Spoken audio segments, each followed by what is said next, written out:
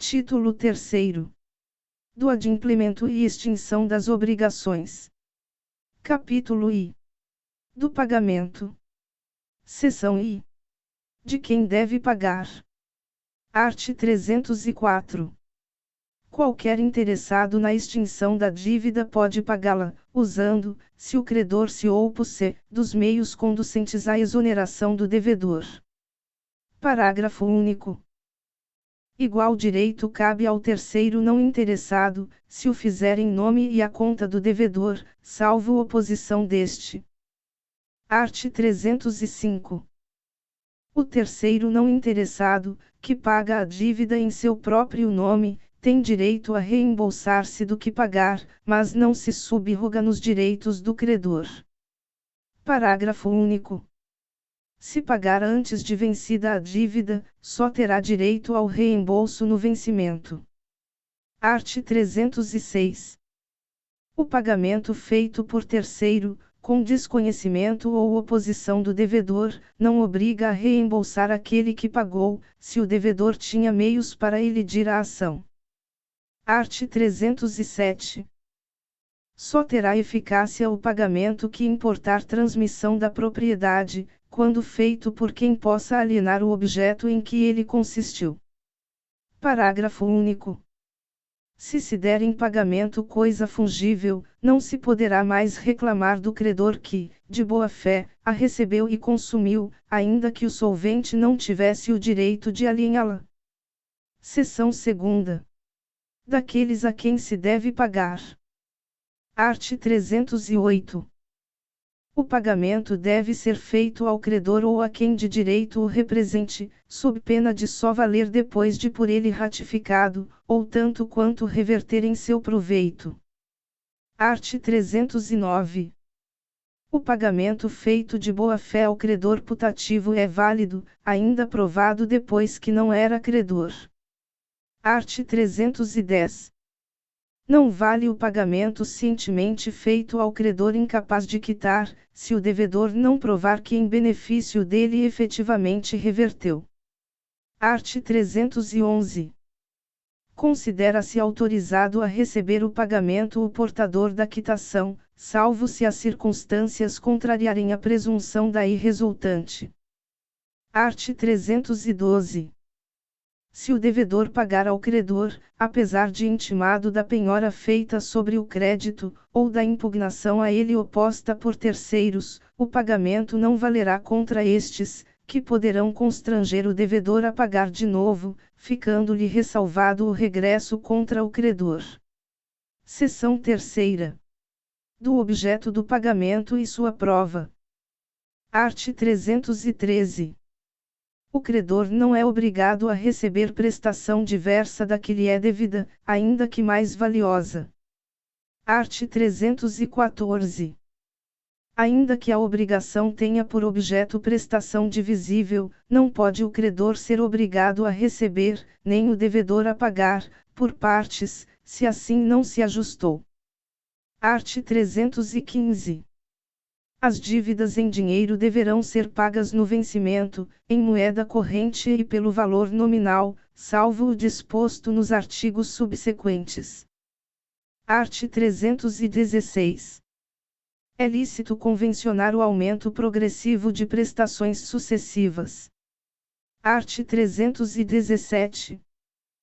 Quando, por motivos imprevisíveis, sobrevier desproporção manifesta entre o valor da prestação devida e o do momento de sua execução, poderá o juiz corrigi-lo, a pedido da parte, de modo que assegure, quanto possível, o valor real da prestação. Art. 318. São nulas as convenções de pagamento em ouro ou em moeda estrangeira, bem como para compensar a diferença entre o valor desta e o da moeda nacional, excetuados os casos previstos na legislação especial. Art. 319. O devedor que paga tem direito à quitação regular, e pode reter o pagamento, enquanto não lhe seja dada. Art. 320. A quitação, que sempre poderá ser dada por instrumento particular, designará o valor e a espécie da dívida quitada, o nome do devedor, ou quem por este pagou, o tempo e o lugar do pagamento, com a assinatura do credor, ou do seu representante. Parágrafo único. Ainda sem os requisitos estabelecidos neste artigo valerá a quitação, se de seus termos ou das circunstâncias resultar haver sido paga a dívida. Art. 321. Nos débitos, cuja quitação consista na devolução do título, perdido este, poderá o devedor exigir, retendo o pagamento, declaração do credor que inutilize o título desaparecido. Art. 322. Quando o pagamento for em cotas periódicas, a quitação da última estabelece, até prova em contrário, a presunção de estarem solvidas as anteriores. Art. 323. Sendo a quitação do capital sem reserva dos juros, estes presumem-se pagos. Art. 324. A entrega do título ao devedor firma a presunção do pagamento. Parágrafo único. Ficará sem efeito a quitação assim operada se o credor provar, em 60 dias, a falta do pagamento. Art. 325. Presumem-se a cargo do devedor as despesas com o pagamento e a quitação, se ocorrer aumento por fato do credor, suportará este a despesa acrescida. Art. 326. Se o pagamento se houver de fazer por medida, ou peso, entender-se-á, no silêncio das partes, que aceitaram os do lugar da execução. Seção 4ª. Do lugar do pagamento. Art. 327. Efetuar-se-á o pagamento no domicílio do devedor, salvo se as partes convencionarem diversamente, ou se o contrário resultar da lei, da natureza da obrigação ou das circunstâncias. Parágrafo único. Designados 2 ou mais lugares, cabe ao credor escolher entre eles. Art. 328. Se o pagamento consistir na tradição de um imóvel, ou em prestações relativas a imóvel, far-se-á no lugar onde situado o bem. Art. 329. Ocorrendo motivo grave para que se não efetue o pagamento no lugar determinado, poderá o devedor fazê-lo em outro, sem prejuízo para o credor. Art. 330.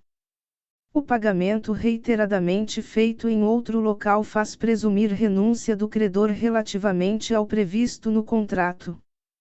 Seção V. Do tempo do pagamento. Art. 331. Salvo disposição legal em contrário, não tendo sido ajustada a época para o pagamento, pode o credor exigi-lo imediatamente.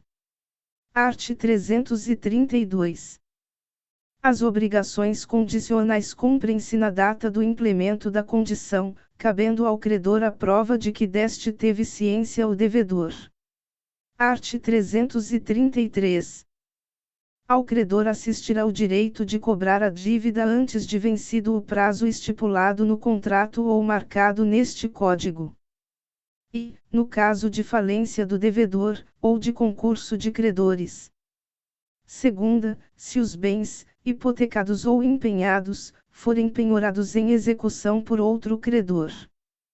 Terceira, se cessarem, ou se tornarem insuficientes, as garantias do débito, fidejussórias, ou reais, e o devedor, intimado, se negar a reforçá-las.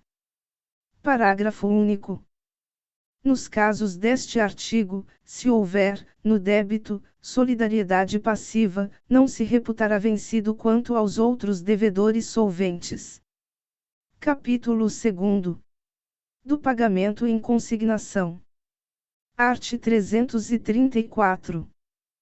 Considera-se pagamento, e extingue a obrigação, o depósito judicial ou em estabelecimento bancário da coisa devida, nos casos e forma legais. Art. 335. A consignação tem lugar. E, se o credor não puder, ou, sem justa causa, recusar receber o pagamento, ou dar quitação na devida forma. Segunda, se o credor não for, nem mandar receber a coisa no lugar, tempo e condição devidos. Terceira, se o credor for incapaz de receber, for desconhecido, declarado ausente, ou residir em lugar incerto ou de acesso perigoso ou difícil. Quarta, se ocorrer dúvida sobre quem deva legitimamente receber o objeto do pagamento. V. Se pender litígio sobre o objeto do pagamento. Art. 336. Para que a consignação tenha força de pagamento, será mister concorrão, em relação às pessoas, ao objeto, modo e tempo, todos os requisitos sem os quais não é válido o pagamento. Art. 337. O depósito requerer-se-á no lugar do pagamento, cessando, tanto que se efetue, para o depositante, os juros da dívida e os riscos, salvo se for julgado improcedente. Art. 338. Enquanto o credor não declarar que aceita o depósito, ou não o impugnar, poderá o devedor requerer o levantamento, pagando as respectivas despesas, e subsistindo a obrigação para todas as consequências de direito. Art. 339. Julgado procedente o depósito, o devedor já não poderá levantá-lo, embora o credor consinta, senão de acordo com os outros devedores e fiadores. Art. 340. O credor que, depois de contestar a lide ou aceitar o depósito, aquecer no levantamento, perderá a preferência e a garantia que lhe competiam com respeito à coisa consignada, ficando para logo desobrigados os co-devedores e fiadores que não tenham anuído. Art. 341. Se a coisa devida for imóvel ou corpo certo que deva ser entregue no mesmo lugar onde está, poderá o devedor citar o credor para vir ou mandar recebê-la, sob pena de ser depositada. Art. 342. Se a escolha da coisa indeterminada competir ao credor, será ele citado para esse fim, sob cominação de perder o direito e de ser depositada a coisa que o devedor escolher, feita a escolha pelo devedor, proceder-se-á como no artigo antecedente. Art. 343. As despesas com o depósito, quando julgado procedente, correrão à conta do credor, e, no caso contrário, à conta do devedor. Art. 344. O devedor de obrigação litigiosa exonerar-se-á mediante consignação, mas, se pagar a qualquer dos pretendidos credores, tendo conhecimento do litígio, assumirá o risco do pagamento. Art. 345. Se a dívida se vencer, pendendo litígio entre credores que se pretendem mutuamente excluir, poderá qualquer deles requerer a consignação. Capítulo 3. Do pagamento com subrogação. Art. 346. A subrogação opera-se, de pleno direito, em favor e do credor que paga a dívida do devedor comum. Segunda, do adquirente do imóvel hipotecado, que paga a credor hipotecário, bem como do terceiro que efetiva o pagamento para não ser privado de direito sobre imóvel. Terceira, do terceiro interessado, que paga a dívida pela qual era ou podia ser obrigado, no todo ou em parte. Art. 347. A subrogação é convencional. E, quando o credor recebe o pagamento de terceiro e expressamente lhe transfere todos os seus direitos. Segunda, quando terceira pessoa empresta ao devedor a quantia precisa para solver a dívida, sob a condição expressa de ficar o mutuante subrogado nos direitos do credor satisfeito. Art. 348. Na hipótese do inciso I do artigo antecedente, vigorará o disposto quanto à cessão do crédito. Art. 349. A subrogação transfere ao novo credor todos os direitos, ações, privilégios e garantias do primitivo, em relação à dívida, contra o devedor principal e os fiadores. Art. 350. Na subrogação legal, o subrogado não poderá exercer os direitos e as ações do credor, senão até a soma que tiver desembolsado para desobrigar o devedor. Art. 351. O credor originário, só em parte reembolsado, terá preferência ao subrogado, na cobrança da dívida restante, se os bens do devedor não chegarem para saldar inteiramente o que a um e outro dever. Capítulo 4. Da imputação do pagamento. Art. 352. A pessoa obrigada por dois ou mais débitos da mesma natureza, a um só credor, tem o direito de indicar a qual deles oferece pagamento, se todos forem líquidos e vencidos. Art. 353. Não tendo o devedor declarado em qual das dívidas líquidas e vencidas quer imputar o pagamento, se aceitar a quitação de uma delas, não terá direito a reclamar contra a imputação feita pelo credor, salvo provando haver ele cometido violência ou dolo. Art. 354. Havendo capital e juros, o pagamento imputar-se-á primeiro nos juros vencidos, e depois no capital, salvo estipulação em contrário, ou se o credor passar a quitação por conta do capital. Art. 355. Se o devedor não fizer a indicação do art. 352, e a quitação for omissa quanto à imputação, esta se fará nas dívidas líquidas e vencidas em primeiro lugar. Se as dívidas forem todas líquidas e vencidas ao mesmo tempo, a imputação far-se-á na mais onerosa. Capítulo V. Da dação em pagamento. Art. 356. O credor pode consentir em receber prestação diversa da que lhe é devida.